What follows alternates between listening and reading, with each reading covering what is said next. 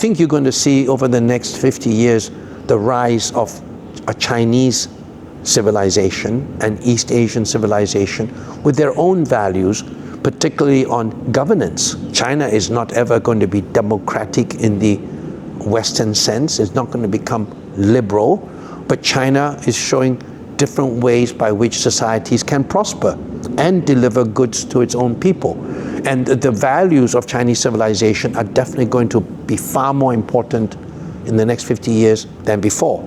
So you're going to see a civilizational reset where Western civilization is no longer going to be the dominant one. Maybe even within the next 50 to 100 years, there'll be an Islamic renaissance, which I think the world has been waiting for, because Islam was very progressive, very scientifically oriented, very enlightened several hundred years ago, and went its own different way today, but eventually will have its own renaissance. Where does Singapore sit intellectually in terms of thought leadership? We are very westernized. Of all the ASEAN countries or even Asian countries, we are very, very westernized. Our people understand very intuitively Western values. At the same time, we're majority Chinese that can empathize with what Chinese people feel about the century of humiliation and the need for Chinese civilization to be not overtaking the world, but at least to be equal with the best in the world.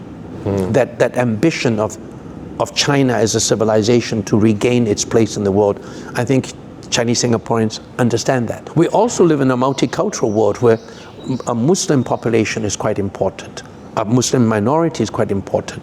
An Indian minority here is quite important. So there's a capability for Singapore to not just be a multicultural place where we practice multiculturalism. It could be more than that. It could be a place where, if there's going to be a civilizational reset, Singapore can be a thought leadership center where people can come and try to understand that in the new world, without one civilization dominating, Singapore can be a place where perhaps there is that intellectual ferment. Now, whether it will happen or not, I don't know. For it to happen, there has to be a lot more openness of thought, but maybe that will come. Is it not the case at the moment that Singapore is like this intellectual hub, the gate kind of where the West meets East to some extent?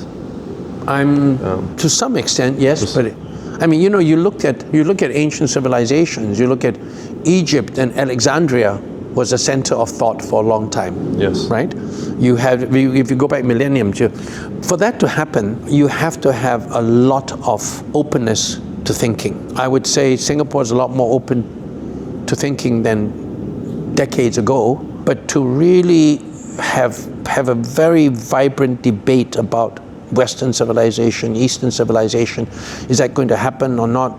I don't know. You take defense as one issue. The Shangri-La dialogues was one attempt to do that. I think the Chinese I hope the Chinese still come back, but one of the reasons I'm told that they didn't come to the Shangri-La dialogue this year is because they felt that the Shangri-La dialogue was being organized basically by a British think tank, and it's getting more and more anti-Chinese and not really open. I think Singapore needs to be just more than a place where other people come and decamp here and set up conferences and so on.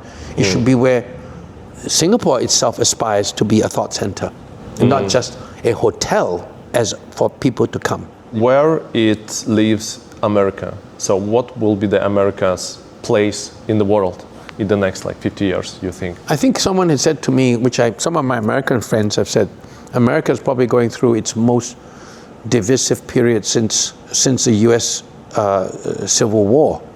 And I think that's quite possible, because the Vietnam War was actually quite different. The Vietnam War was basically much more contained. It was get out of Vietnam, and that was the debate. But now it's about America itself is deeply, deeply divided, even if you leave aside the issue of America and the world. My honest view is that, and I'm not at all anti-America.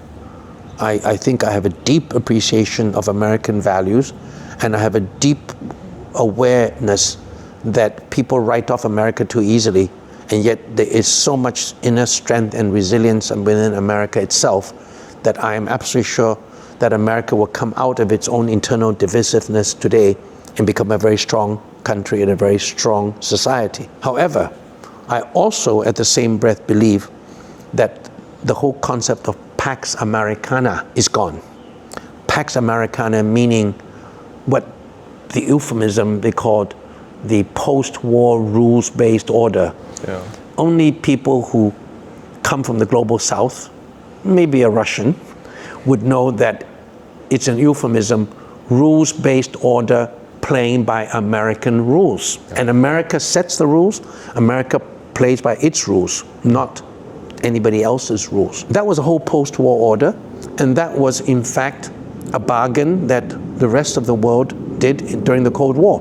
You get American security protection in return for being subservient to America in everything else. Everything else. And now, of course, the Atlantic Alliance is framed because they now suddenly realize that is gone. And I think you've seen that erosion already. Pax Americana began to erode even after the Vietnam War already, when people realized that young American boys ain't gonna die for their country in a foreign place. That was how the Ottoman Empire, the Roman Empire, and the British Empire started to decline. When people from the center of the empire weren't willing to die thousands of miles away protecting the empire. You saw what happened with Afghanistan, and the Americans pulled out of Afghanistan in a very, very pathetic manner. I saw the same thing happen in my youth when America pulled out of Vietnam in 1975. So the Americans' willingness to dominate the world by force, I think, is gone. So with that, America itself is going through its own debate. It will become a great nation again. But I think the idea that an international rules-based order based on American primacy, based on American exceptionalism, is gone. I think what we're going to see over the next 100 years is essentially like the movie Back to the Future. Maybe you've seen that movie, where basically the future is going to be like what it was 400 years ago, when you had competing civilizations. You had a Western civilization, but that was not dominant around the whole world. You had an Eastern civilization, you had Islamic civilizations. So several civilizations, and not just powers, and I use the word civilization because it brings with it values, practices, and so on. That is not just military power or economic power. I think the world will go back to what other political scientists call a multipolar world. But I'm not too keen on the word multipolar simply because it's quite narrow about geopolitics. I think it's a lot more than about geopolitics. It's about values, it's about soft power, it's about many other things. So that's why I call it a civilizational reset, when there'll be several civilizations competing, coexisting under the sun. But it will no longer be Western civilization alone. And I think the West is having a hard time coming to terms with this, because the West, and every Westerner I know, even the most enlightened Westerner, sees China as a threat because it is so alien to everything that they've had. It is simply alien. And they cannot believe that you can have a stable society, a prosperous society, unless you have elections. But they don't even realize that the idea of democratic elections has been so, has become so, how should I say it, so misused everywhere in the world. The West still thinks every time an African country, which is not even ready for elections, they have elections, it's fine already, it's good. But if you have China, which doesn't have elections, it's bad. And so the whole civilizational outlook of the West has got to change. And they're not ready for that. They're definitely not ready, and they feel threatened by it because they only know the world view that they came up with over the last 200-300 years. And the view that they have is our worldview, the European and American worldview, the Western worldview, is the only worldview one should have. Anything else other than that is perverse. So China will dominate this part of the world, you think? Not this part of the world, this part of the world. And that's not necessarily a good thing either. But if you look at Chinese history, and one has to look at history, the West was a very small part of Western Europe. Small countries like Holland dominated the whole of Indonesia. Correct. England dominated the whole world, and so on and so forth, right? There's a history of imperialism, and I don't use it as a bad word, okay? There's a history of imperialism in Europe which was very transnational and with way beyond your borders. Yeah. Not just to your border. It's everybody in Europe stuck to their borders, but they basically took the rest of the world because the disparity in technology and economic development allowed it to. China has never had that. China has never once projected itself to have colonies far away, never had a strong navy, for example. So China has always been, as the word 中国 is the central world, is the middle kingdom. Yeah. So it's always dominated the countries around it to be subservient to it, like Vietnam and so on.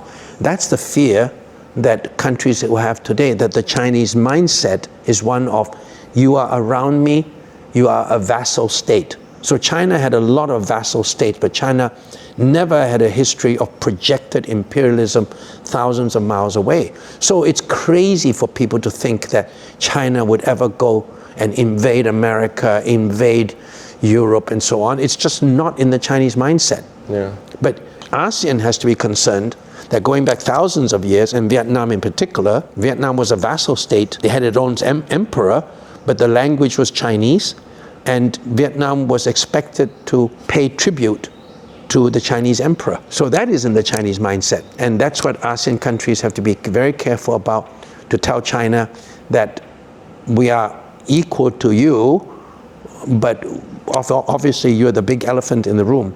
Yeah. But sovereign, and that's why the South China Sea is such a volatile issue, because it's a test of how China can actually be a dominant player, but respecting the rights of other sovereign countries in this area. Yeah.